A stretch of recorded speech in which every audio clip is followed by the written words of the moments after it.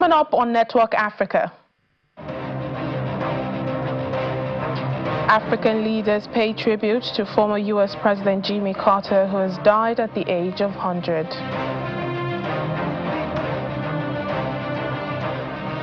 "71 people killed as bus plunges into Ethiopia River." Plus,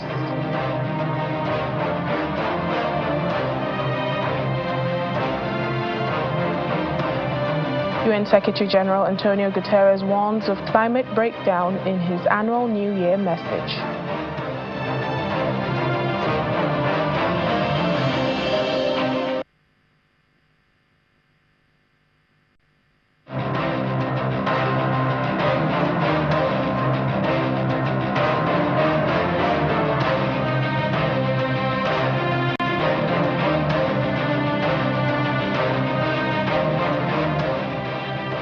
Hello and welcome to the program today. I'm Layo Olarinde. We begin today with stories and happenings that made headlines over the weekend.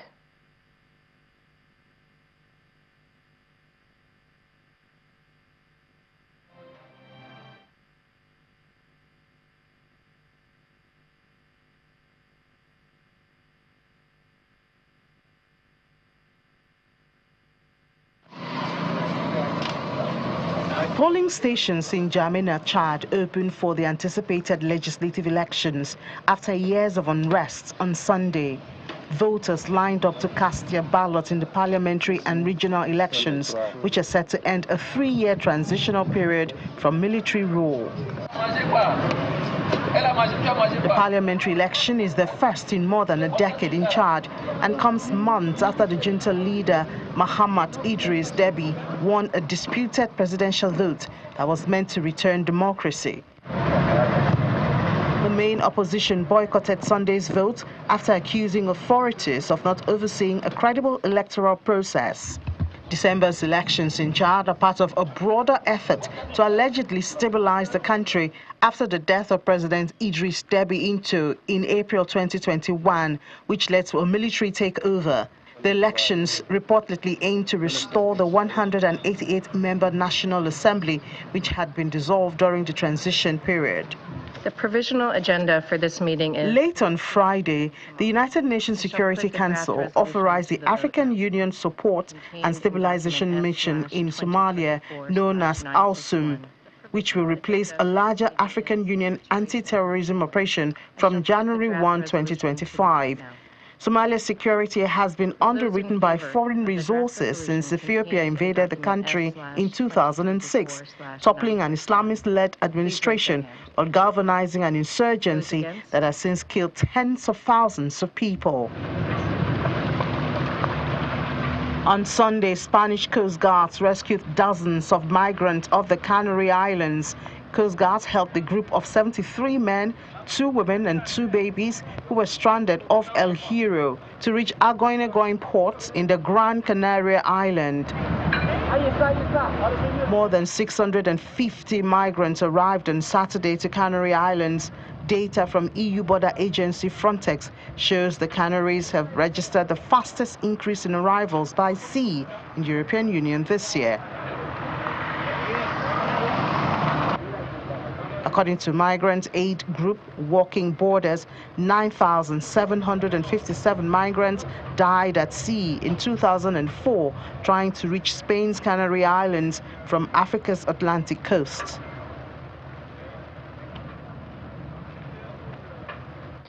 To our main stories for today, African leaders have been sending their tributes to U.S. former President Jimmy Carter, who has died at the age of 100. Nigeria's President Bola Tinubu, in a statement on Monday, mourned his passing, calling him a beacon of service to humanity. President Tinubu said President Carter demonstrated to leaders worldwide the profound impact of dedication beyond the highest office, also praising his unwavering commitment to noble pursuits such as peace, democracy, and the eradication of tropical diseases that left an indelible mark on the world. President Jimmy Carter was the first president to make a state visit to sub-Saharan Africa when he visited Nigeria back in 1978.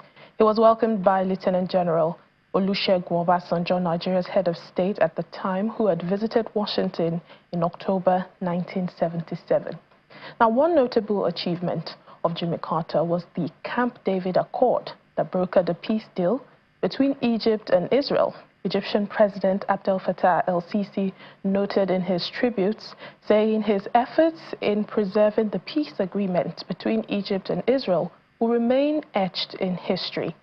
President el-Sisi extended his condolences to the Carter family as well as to the President and the people of the United States of America. El-Sisi praised President Carter as a symbol of humanitarian and diplomatic efforts, adding that his humanitarian work demonstrated a standard of love, peace and brotherhood, and that his legacy ensures he will be remembered as one of the world's most prominent leaders in service to humanity.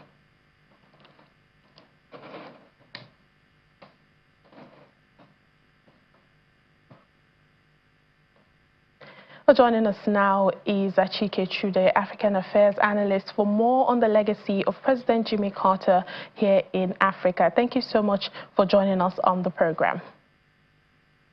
It's been a pleasure. Thank you for having me. Well, in your own words, how would you describe the person of late Jimmy Carter?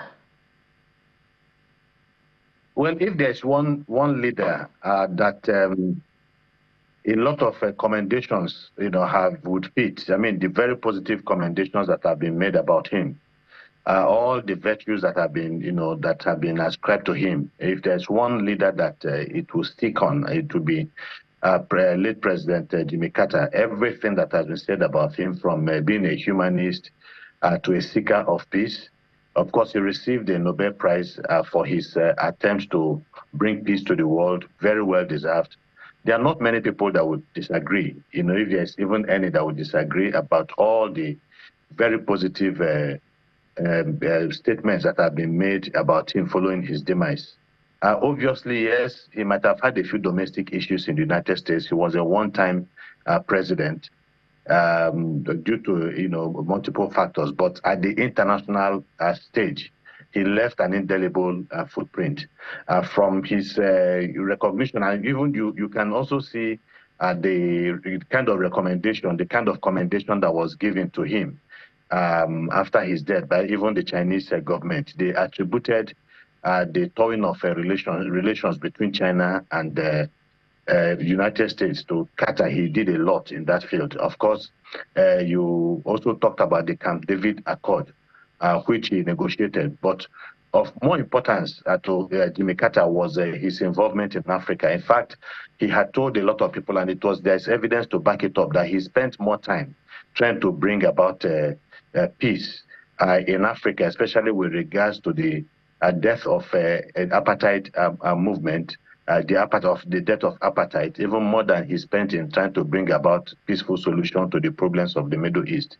So Carter, if there's any foreign leader, American leader that can be described as truly an African friend, a friend of Africa, I think Jimmy Carter will be, if he's not the first, he will be among the first two or the first three. He did so much in Africa.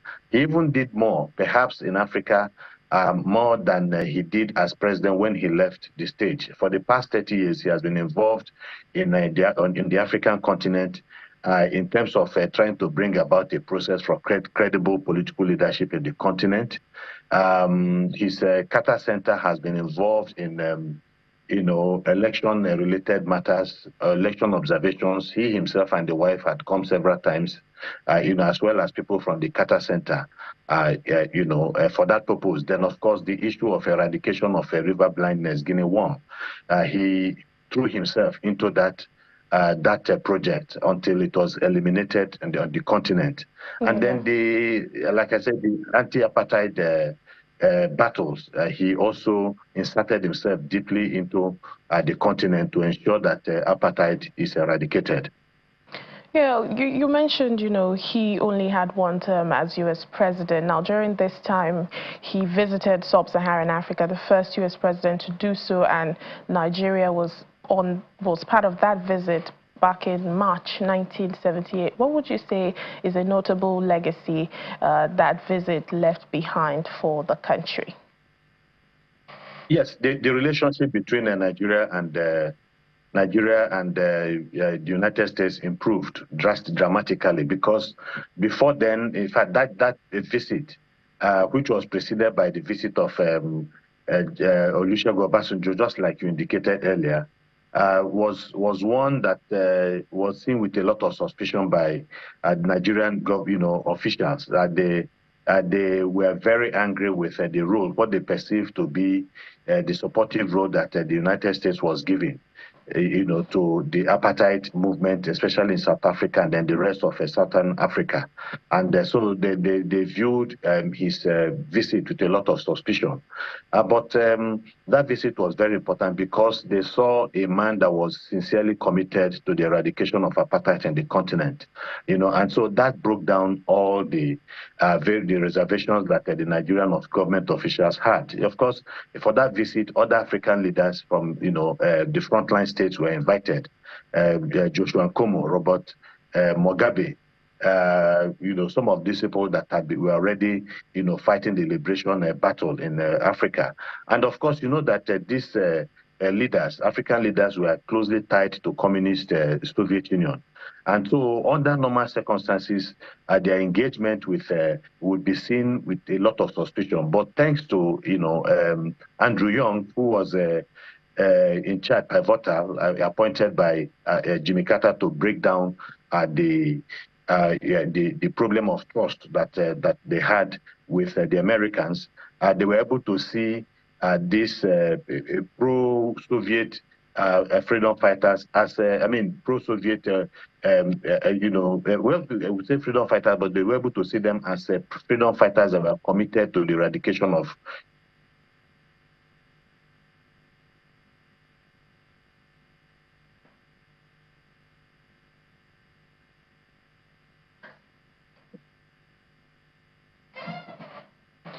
Mr. Chude, if you can unmute your mic so you can finish your thoughts.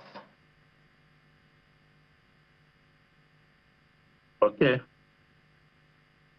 Yes, you were talking about, My mic is, can you hear me? Can you hear me? I can hear you loud and clear. I just love for you to wrap up your thoughts on, the legacy of Jimmy Carter's visit to Nigeria back in 1978. So what I was saying, it gave rise to subsequent interventions, by the America, positive interventions that led to the liberation of Zimbabwe, and of course, years later, the liberation of South Africa.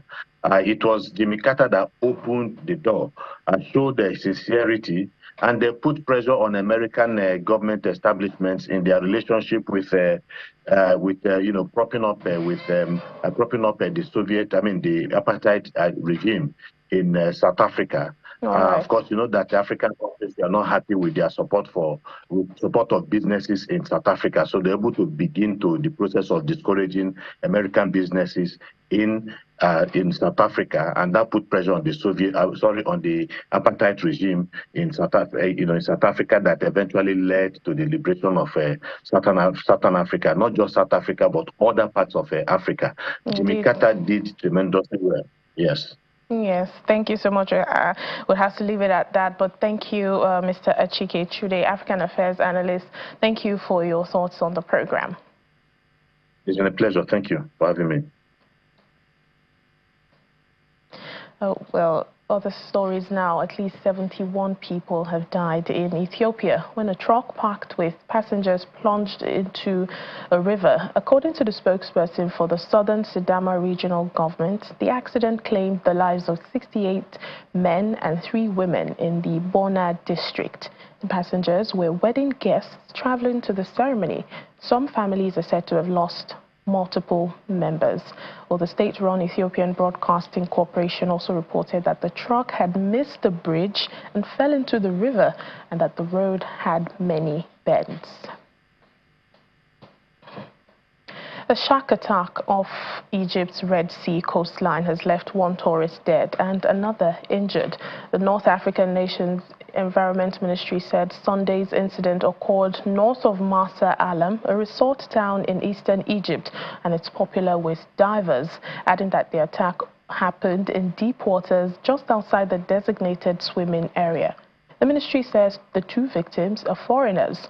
Local media reports a 48-year-old man who died was the resident of Rome, while the injured man was 69 years old. The swimming area in Masa Alam will now be closed as the incident is being investigated.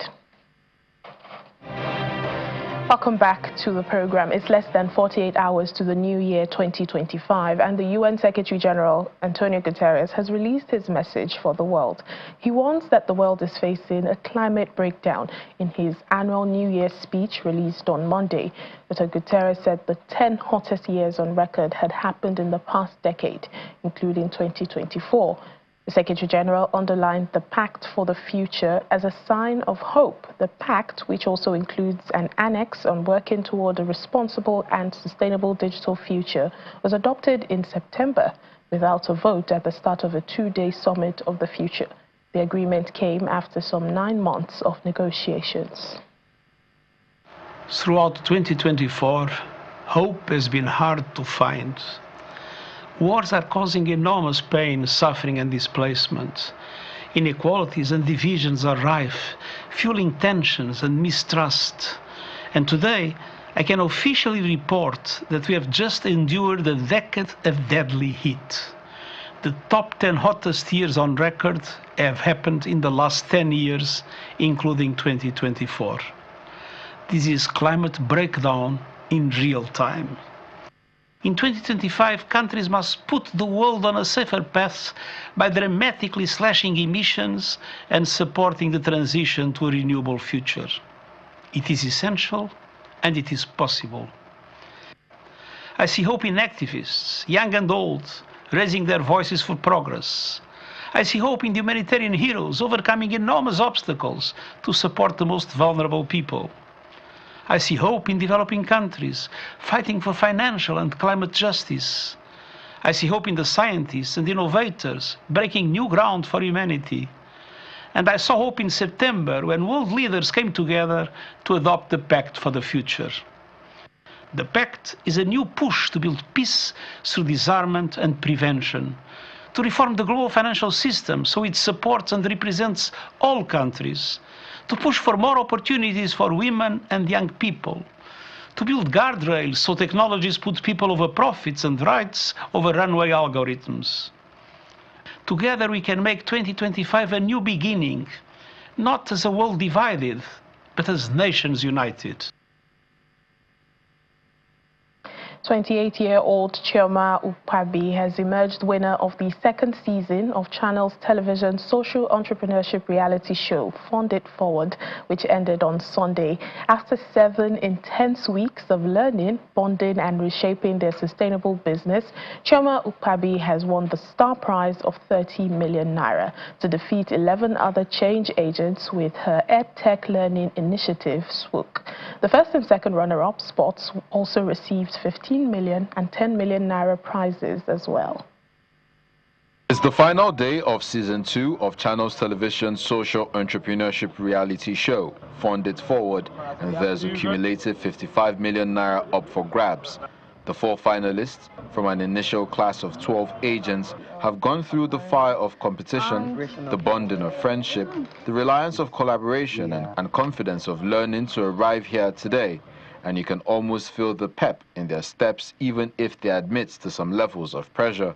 Yeah, the pressure is there, but it's a bit for me. I'm more super excited than feeling the pressure, ready to light the stage on fire. Like, you know, King of Boys, it means that the pressure is actually very high, because not just the men looking at me, the women too that I'm actually going to make proud looking at me, and then my team as well. So I'm actually kind of tensed, but just as I always say, one bit at a time. Yeah, I hope you will win again when I win, right? Absolutely, yeah, I can't wait. It's my own job. Coming on the Fund It Forward, I mean, the day I received the email, I registered a mindset, and the mindset was the mindset that I actually deserve to win, because I know where I've been coming from. I'm writing now, right? What are the key activities? Over 6 weeks, they faced facilitators who made them better with practical experiences and judges who made tough calls on who would proceed to the next round, up until this grand finale today. The judges say making those choices became tougher as the show progresses. So judging is never easy because you don't want to see anyone go, and you know it feels like a loss and a failure in the moment. And I don't want to say they gave us headache, but I think that they challenged us to help them really think critically about their work, about their drive, about their initiatives, and it was a pleasure to do so. Honestly, I mean, personally, that's what I love to do anyways. So it wasn't a challenge. They didn't give us headaches. They challenged us to help them do better, and it was a hill worth fighting for, or worth dying on, as they say. Well, I think from the beginning, it's been very close. We had a very good contestant this time around. They were all, prepared, especially since they've seen the first season, so they understand what they were up to, and they were prepared. They did what they needed to do. So it's been very difficult, but the good thing is, it's just not one person. We have about 3 judges, so, for me, it's just seeing the person that impresses me, then I then say we accumulate the results. It's an open-door finals with guests including some other agents from the current season, family and friends of some of the finalists, and others including the chairman of Channels Media Group, Dr. John Momo, some behind-the-scene crew including the executive producer of the show and the director of CSR and social impact programming at Channels Television, Zemi Momo, who is completely proud of the finalists. They exemplify the social entrepreneur spirit. They are bright, determined go-getters, and they've grown so much in confidence through the season. So I'm glad it's not me who has to try and pick a winner from this winning bunch. In creating FIF, Channels wanted to do 2 things when we found these problem solvers. We wanted to spotlight and support. We wanted to put the spotlight on those using business as a vehicle for good, as these efforts deserve recognition. But more so, this kind of exposure can lead to partnerships, investment, expanded networks, and so on. And we've actually seen this happen for several of our change agents already because of their time on the show, which is absolutely fantastic. And one after the other, the 4 finalists take turns to make one last big impression on the judges in line with the passion, purpose, and profit tagline of this second season. And first to take the stand is 25-year-old Amidu Mohammed. He is founder of EcoFit Pro, an initiative that provides eco-friendly footwear with health tracking and repurposing scraps for sustainability. Next in line is the last female standing, who described herself as the king of boys, Chioma Ukpabi. She, preaching her ed-tech venture, offering vocational training to tackle youth unemployment and improve skill-based job placements. She has already recorded big partnerships worth over 100 million naira on the show before today. Let's make Africa great again and show them that with our hands we can change the roadmap to a better future. And right after her is 22-year-old Favor Adeleke, speaking about his Kwikwi farms and how to use blockchain to connect farmers with markets while aiming for a zero-waste agricultural ecosystem. Again, in total, we've exported and distributed 150 tons of products. Next slide. And then it was the turn of Israel Kehinde, the founder of an innovative e-reading device, tackling Africa's textbook crisis and aspiring to deliver affordable education access continent-wide. It is new. It has never happened anywhere in the world where you can interact with a book. The judges recess into one final huddle for this season to harmonize their scores and agree on the winners. The 4th position is Kiki Farms Global. Let's put our heads together for Favor of Kiki Farms. He has come this far, and I tell you, he's a winner nonetheless. Ladies and gentlemen, coming in 3rd position is Ahmed Plastibuild. Let's put our heads together for Ahmed. He comes 3rd, and he gets 10 million naira in grants. It then came down to Israel Kehinde and Chioma Ukpabi. Scale up with Katsol.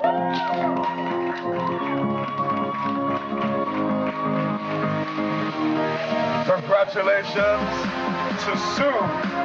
Chama is the winner. Funded Forward Series B. And she goes home with $30 million. So when I heard my name, oh my God, I felt fulfilled. I felt very proud of myself and the work my team and I have put into Souk. Thank you and good night.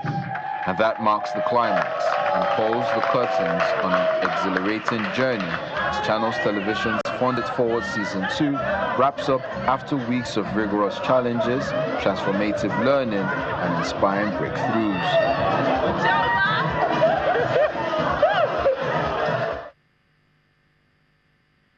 Congratulations to all the winners. And that's it on Network Africa for today. Thank you so much for watching. I'm Layo Olarinde. Catch me tomorrow, the last day of the year. See you tomorrow.